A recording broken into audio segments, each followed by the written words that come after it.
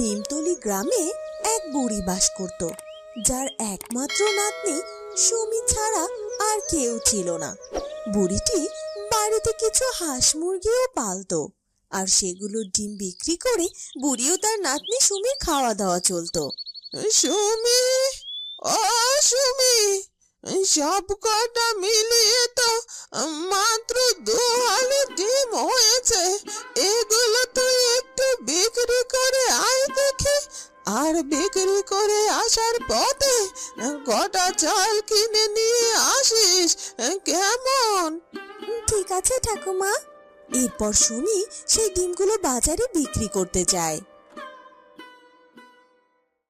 আরে সুমি যে, তা বাজারে শুধু ডিম বিক্রি করতে এসেছো নাকি? হ্যাঁ কাকা বাবু, কেন আপনার অন্য কিছু চাই নাকি? না না, আসলে আমার গিন্নি বেশ কদিন ধরে দেশি পাতি হাঁসের কথা বলছিল। তা তোমার ঠাকুমার কাছে কি ভালো পাতি হাঁস আছে? তাহলে আমি একখানা কিনে নিতাম আর কি। তা তো আছেই কাকা বাবু। ঠিক আছে, আপনি এক কাজ করুন, আমার সাথে আমাদের বাড়িতে চলুন, তারপর ঠাকুমার সাথে কথা বলে দেখুন একটা হাঁস কিনতে পারেন কিনা। এরপর সুমি লোকটিকে সাথে করে তাদের বাড়িতে নিয়ে যায়। বলা নেই কওয়া নেই, একটা লোক ধরে নিয়ে বাড়িতে চলে এলি। আমার এখন কোনো পাতি হাঁস বিক্রি করার মতো নেই, যাও বা আছে সেগুলো তো ডিমই দিচ্ছে। ও ঠাকুমা, তোমার কাছে তো কতগুলো হাঁস আছে, আমি ভেবেছিলাম সেখান থেকে তুমি একটি হাঁস বিক্রি করতে বাধা দেবে না, তাই তো আমি ওনাকে নিয়ে এলাম সাথে করে। ঠিক আছে, তুমি যখন আজ বিক্রি করতে চাইছোই না, তাহলে আমি ওনাকে চলে যেতে বলছি। হ্যাঁ হ্যাঁ, ওনাকে বল আমার হাঁসের ডিম দেওয়া শেষ হলে তারপর আমি আমার হাঁস বিক্রি করব, তার আগে নয়। ঠিক আছে রে সুমি, তোদের হাঁসের ডিম দেওয়া শেষ হলে আমাকে একটা খবর দিস, তারপর আমি একখানা হাঁস না হয় কিনে নিয়ে যাব। এরপর লোকটি সুমিদের বাড়ি থেকে চলে যায়।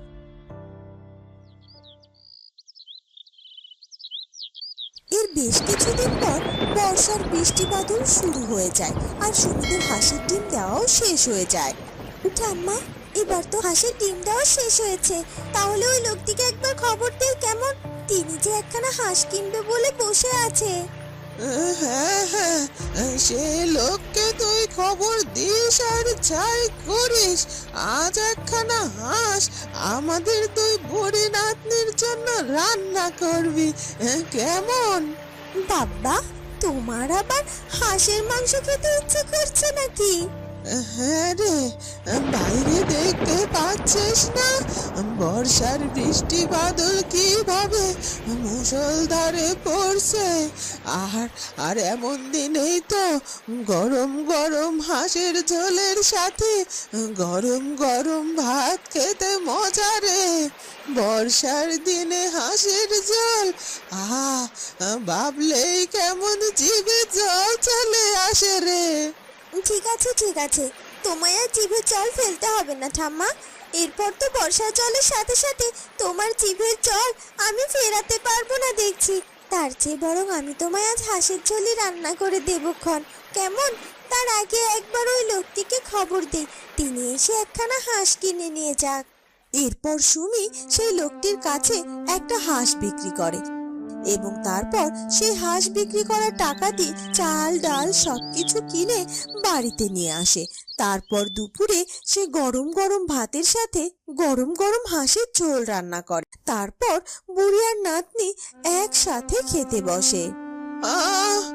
দিন দিন তো বয়স হচ্ছে, তাই জানি না সামনের বছরের বর্ষায় তোর সাথে এমন করে তোর হাতের হাঁসের ঝোল খেতে পারবো কিনা, তাই এবার একটু তৃপ্তি করে আমি হাঁসের ঝোল দিয়ে গরম গরম ভাতটা খেয়ে নেই।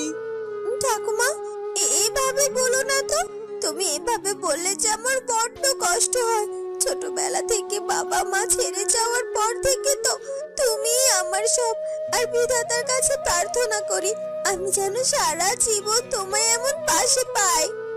ধুর পাগলি মেয়ে, তাই আবার হয় নাকি? সারাটা জীবন আমার সাথে থাকবে কি করে? তোকে তো বিয়ে করে পরের ঘরে যেতে হবে নাকি? আমি তো তোর সেই ব্যবস্থাটাও করে রেখেছি রে। এবার তুই মত দিলেই সামনের সপ্তাহে তোর বিয়ের দিনক্ষণ পাকা করে ফেলবো। কি বললে কি ঠাম্মা? তুমি আমার বিয়েও ঠিক করে রেখেছো? এসব কবে করলে তুমি? ঘরে যখন আমার বিয়ের যোগ্য নাতনি আছে তখন এসব খেয়াল তো আমাকে রাখতে হয় নাকি? এতদিন বলিনি, এই তো আজ বলে দিলাম। আমাদের গায়ে রঘু বাবুর ছেলে তপনের সাথেই তোর বিয়ে ঠিক করে রেখেছি আমি। তুই এবার মনে মনে প্রস্তুতি নিয়ে রাখ, কেমন? এরপর বুড়ি ঠাকুমা তার নাতনি সুমির বিয়ে দিয়ে দেয়। তারপর থেকে বুড়িমা একেবারে একা হয়ে পড়ে। তাই জন্য সুমি তার স্বামীকে বলে, ওগো শুনছো, বলছি কি, আমি ছাড়া না আমার ঠাকুমার কেউ নেই, তাই তুমি আমায় আমার আমার ঠাকুমার কাছে দিয়ে আসবে। এসব কি বলছো কি তুমি? এ আবার হয় নাকি? বিয়ের পরেও যদি তুমি তোমার ঠাকুমার কাছে থাকতে চাও তাহলে কি করে হবে বলো? ঠিক আছে, আমায় যখন আমার ঠাকুমার কাছে যেতে দেবে না, তাহলে আমার ঠাকুমাকে বরং এখানে নিয়ে আসো না। আমার ঠাকুমা বুড়ি মানুষ, সে একা একা কি করে থাকবে বলো তো? তার একটা ভালো মন্দ কিছু হয়ে গেলে কে দেখবে তাকে? আহ বাবা তপন, তুই বৌমার কথাটা বুঝতে চাইছিস না কেন? শোন, আগে আমার কাছে একটু শুনে যা। এরপর রঘু তার ছেলে তপনকে একটু দূরে নিয়ে গিয়ে বলে, বৌমার ঠাকুমাকে তুই বরং আমাদের এই বাড়িতে নিয়ে আয়। বুড়ি মানুষ, তিনি আমাদের বাড়িতে থাকলে আহামরি এমন কোনো ক্ষতি হবে না, বুঝলি তো? কিন্তু হ্যাঁ, একটা শর্তে তাকে তো এখানে নিয়ে আসবি, আর তা হলো বুড়িকে এখানে আসার আগে তার বাড়িতে যে ভিটে ভাটা আছে তা তুই তোর নামে লিখে নিবি। বুদ্ধিটা তো তুমি ভালোই দিয়েছো বাবা। ঠিক আছে, আমি বরং তোমার বুদ্ধিমতোই কাজ করব। এরপর তপনের বাবার কথা মতো তপন সুমির বুড়ি ঠাকুমাকে তাদের বাড়িতে নিয়ে আসে। শোনো না জামাই, আমি আমার বাড়ির ভিটেটা তোমার নামে লিখে দিয়েছি, আর তাছাড়া আমি মরে গেলে এসব তো আমার সুমি পেত।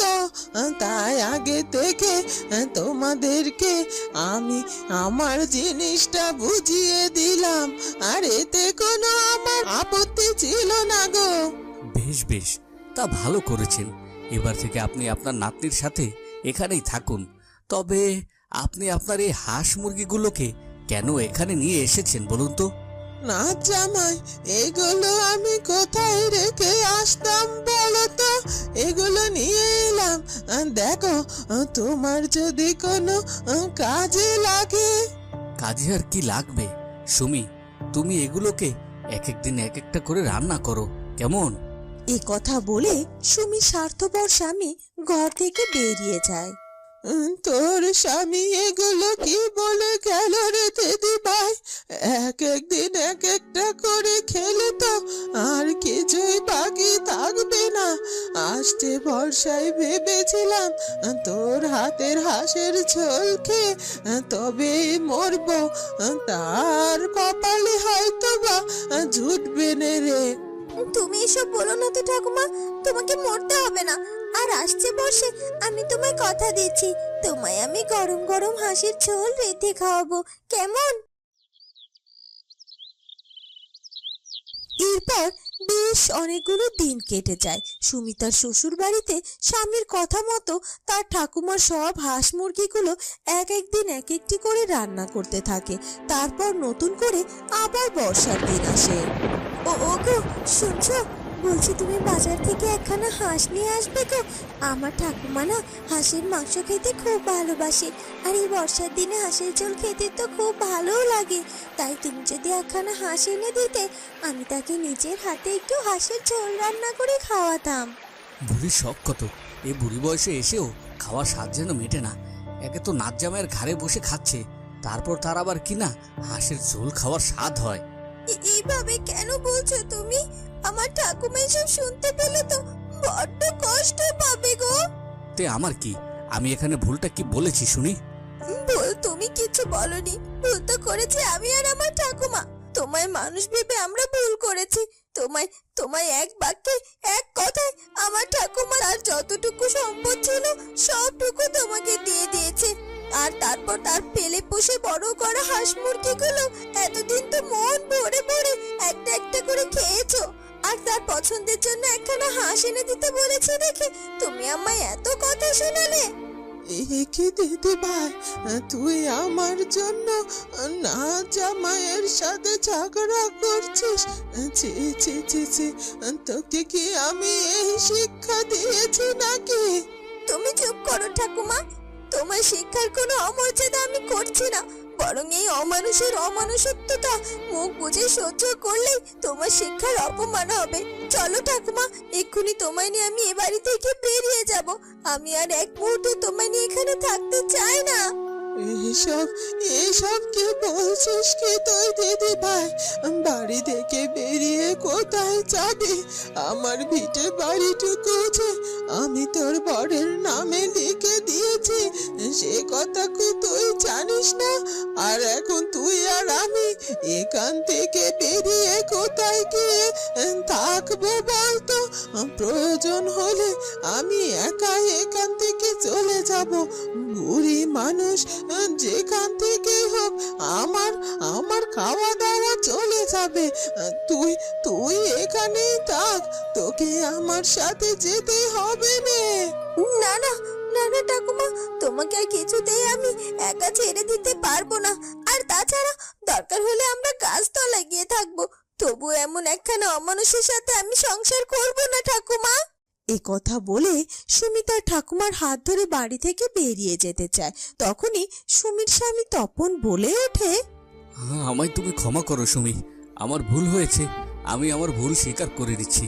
তবুও তুমি এই সংসার ছেড়ে চলে যেও না। শুধু ভুল স্বীকার করে দিলে সব মিটে যাবে না। কি করলে সব মিটে যাবে তা আমি জানি সুমি। তোমরা বসো, আমি এক্ষুনি বাজার থেকে এক জোড়া দেশি পাতি হাঁস কিনে নিয়ে আসছি। তারপর আজ জমিয়ে সেই হাঁসের ঝোল রান্না করবে। আর বর্ষার দিনে হাঁসের ঝোলের ঝুড়ি মেলা ভার, ঠাম্মি ঠিকই বলে। এরপর তপন তার ভুল শুধরে বাজারে গিয়ে এক জোড়া হাঁস কিনে নিয়ে আসে, আর সুমি সেগুলোকে সুন্দর করে রান্না করে। তারপর বর্ষার দিনে তারা জমিয়ে হাঁসের ঝোল খেয়ে আত্মতৃপ্তি করে। বন্ধুরা, কেমন লাগলো আমাদের আজকের গল্পটি? যদি ভালো লাগে তাহলে অবশ্যই আমাদের চ্যানেলটিকে সাবস্ক্রাইব করে দিও। দেখা হবে পরের ভিডিওতে। ধন্যবাদ।